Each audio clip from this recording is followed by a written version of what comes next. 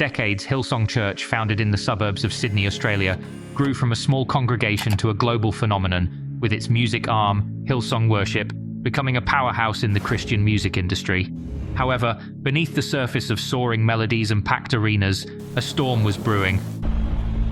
It was the first church that I actually went to in New York City. One that would eventually shake the very foundations of this religious juggernaut. Hillsong founder Brian Houston has been covering up the crimes of his father. Famous people attending the church. It's like a rock show. Hillsong was able to somehow influence his way into some of the most powerful circles ever. It all kind of came crashing down. It was a huge fall from grace. Carl Lenz is working on damage control. Nothing about Hillsong surprises me. This is the story of ambition, faith, power, and the price of mixing religion with the trappings of celebrity culture. Let's rewind to the very beginning, where it all began and how things started to go wrong. When Frank Houston moved to Sydney in the late 1970s, he brought with him a vision that would ultimately reshape the landscape of modern worship. Frank, who had previously served as the superintendent of the Assemblies of God in New Zealand, started the Sydney Christian Life Centre in the heart of the city. A preacher known for his fiery sermons and traditional style, he initially led a congregation that was very much in line with the old-school Pentecostal tradition. But Sydney was only the beginning. A few years after Frank's arrival, his son Brian and Brian's wife Bobby made their move to Sydney as well. Seeing an opportunity for growth, Frank decided to branch out by establishing another church in the Hills district, placing his son Brian in charge. This new church was a stark contrast to the traditional approach. Instead of the stern, intense sermons his father was known for, Brian focused on creating a warm, community-centered environment. They started small, just 300 people gathering in an old warehouse, but something was changing in the air, and they were ready to catch it. By the late 1980s, Brian Houston was eager to expand beyond their modest suburban roots. The church had grown, but they were still trying to figure out how to reach more people. Sensing a shift in global trends, Brian decided to take a trip to the United States, where he met Casey Treat, a dynamic pastor known for his innovative approach to ministry. It was a lucky moment. Historically, Pentecostalism had its roots in California in the early 20th century, where it began with a strong emphasis on spiritual experiences like speaking in tongues. The Pentecostal movement was gaining momentum worldwide, and there was a growing appetite for a different kind of church experience, one that was modern, engaging, and in tune with the global spirit of the times.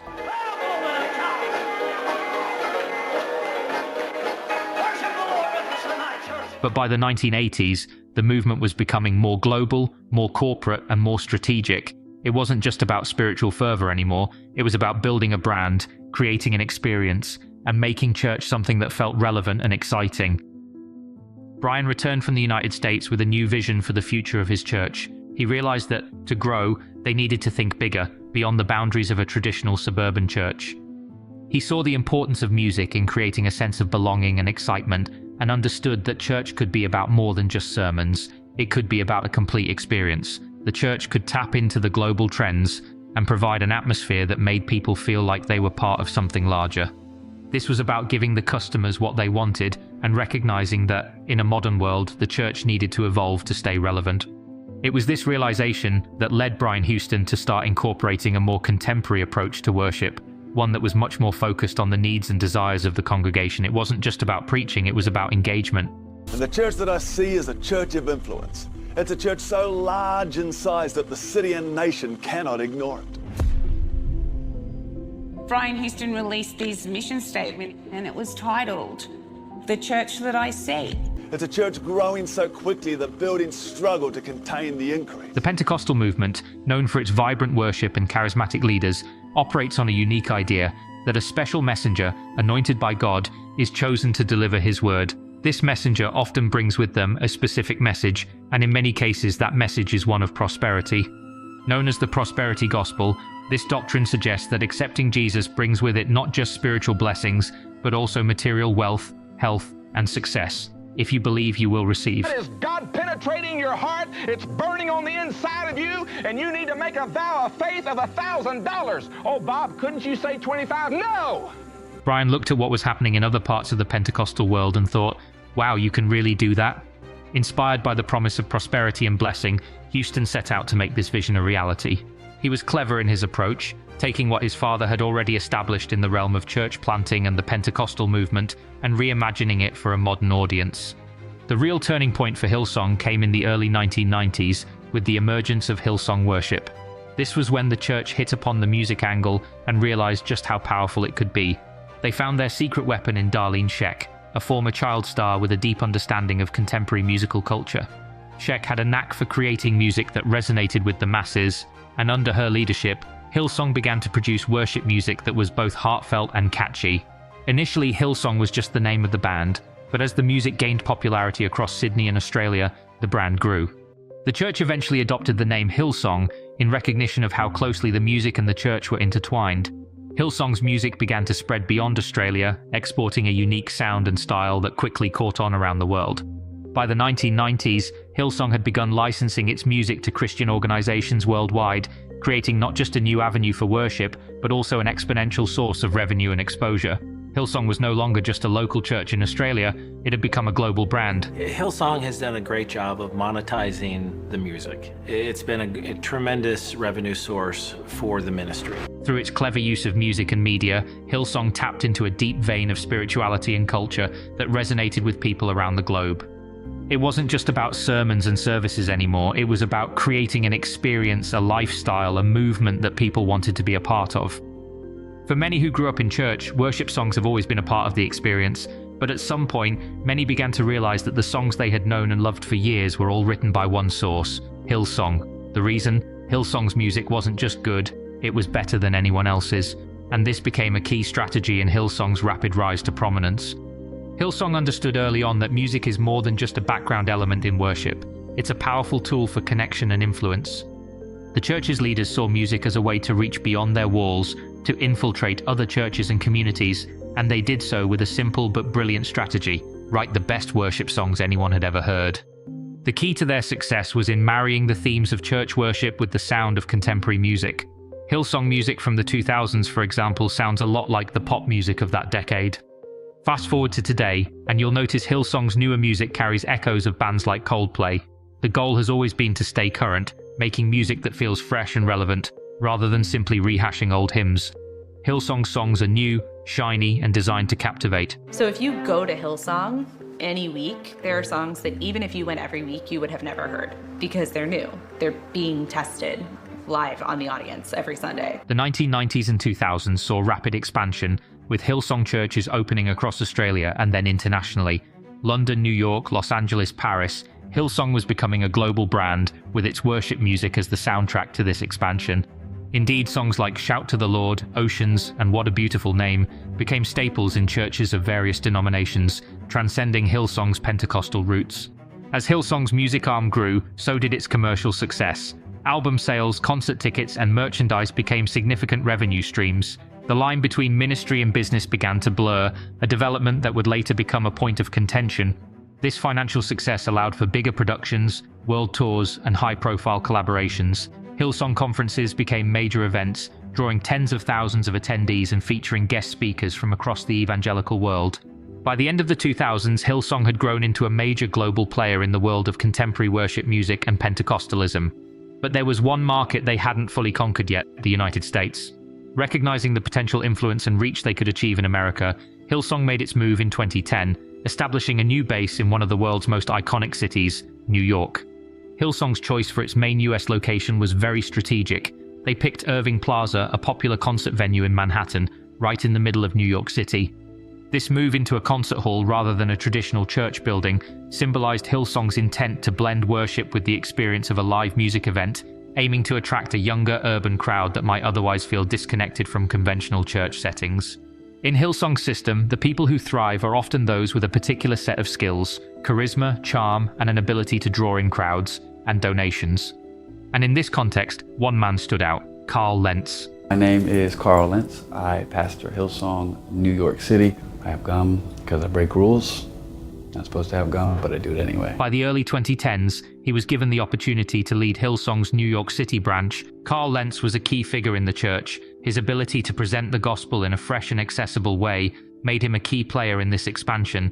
But this approach also sparked questions. During this time, Justin Bieber's career became known for his public erratic behavior, and that's when Carl met him. Carl encouraged Bieber to work on self-improvement and strengthen his faith. He quickly gained attention by attracting celebrities and making headlines in mainstream media. We went to Hillsong. Yes. Our friend Carl Lentz, who we love. We love I was just texting him. Carl's efforts led to the now famous moment when he baptized Bieber in NBA player Tyson Chandler's bathtub. As a result of Justin's association, the church's popularity grew. I just want to love people more. I just want to love Carl more. You're doing a good job with that. While Hillsong was riding high on its global success, it was not without its critics. From the early 2000s, concerns were being raised about various aspects of the church and its operations. One of the earliest and most significant controversies centered around Brian Houston's father, Frank Houston. In 1999, it came to light that Frank had sexually abused children decades earlier. Brian's handling of the situation, particularly the fact that he did not immediately report his father to the authorities, would later become a major point of contention. My father did say to me, so this is his belief, not mine, he did say to me, as far as sexual abuse goes, it was on the lighter side. So I didn't see it that way. That's the way he told me. As someone would later say, the Frank Houston case was a ticking time bomb. While it didn't immediately impact Hillsong's growth, it planted seeds of doubt about the leadership's integrity and judgment. There were also theological criticisms. Some Christian leaders accused Hillsong of promoting a prosperity gospel, a controversial teaching that suggests faith and positive confession will increase one's material wealth. Hillsong's message often seemed to blur the lines between spiritual and material blessings, notes Reverend Michael Dawson. Their emphasis on success and positivity, while appealing, raised questions about theological depth. As Hillsong continued its rapid global expansion, cracks began to show in its organizational structure. Former staff members began to speak out about grueling work conditions and a culture of burnout. I need a minute. That it hurts to look back because I was so into it. And before you know it, you're right in it and you're committed. But unfortunately, there's something more sinister under the surface. I found. Lisa Chen, who worked for Hillsong from 2010 to 2015, shares her experience. The expectations were immense. We were expected to work long hours, often for little pay, all in the name of serving the ministry. It was exhausting, both physically and emotionally. Reports emerged of volunteers being overworked, particularly during major events and conferences. The church's reliance on volunteer labor to fuel its growth came under scrutiny. As Hillsong's commercial success grew, so did questions about its financial practices. The church's structure as a tax-exempt religious organization, combined with its significant commercial activities, raised eyebrows among financial experts and regulators. In Australia, where Hillsong was headquartered, concerns were raised about the lack of financial transparency.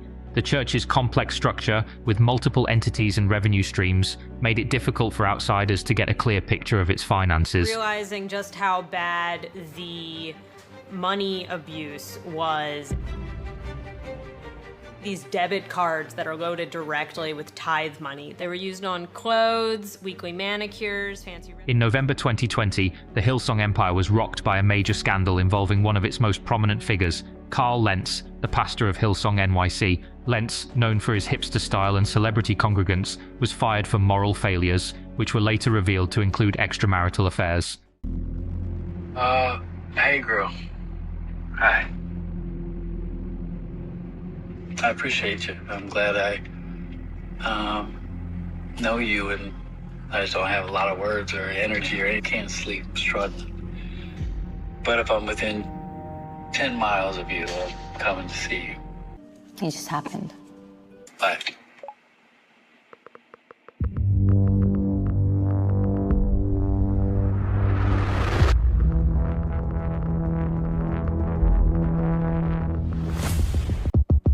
In an interview, Brian was asked about the situation with Carl, to which he responded that the primary issue was Carl's narcissistic behavior, not his extramarital affairs, trying to protect the empire.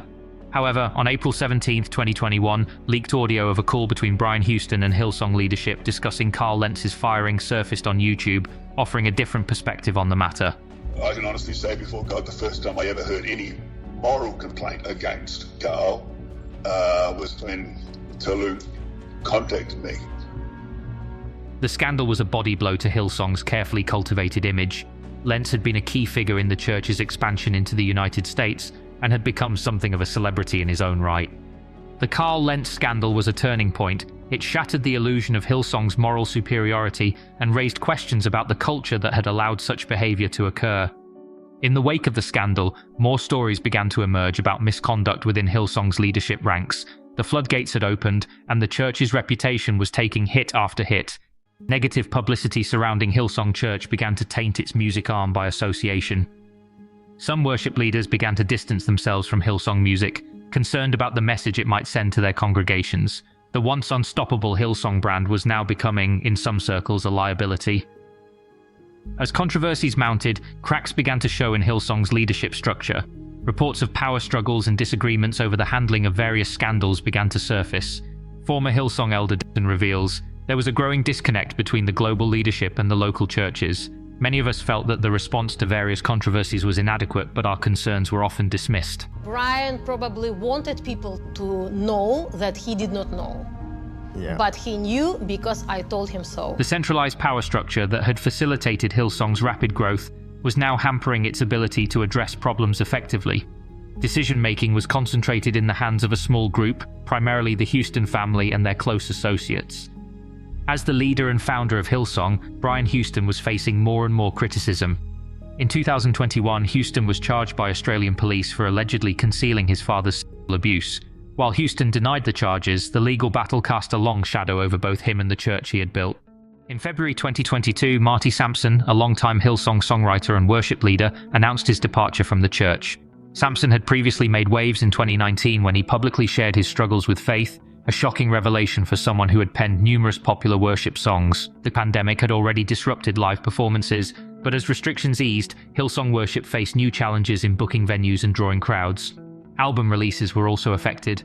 While Hillsong Worship continued to produce music, the reception was markedly different. Sales figures declined, and the usual anticipation surrounding new Hillsong releases was muted.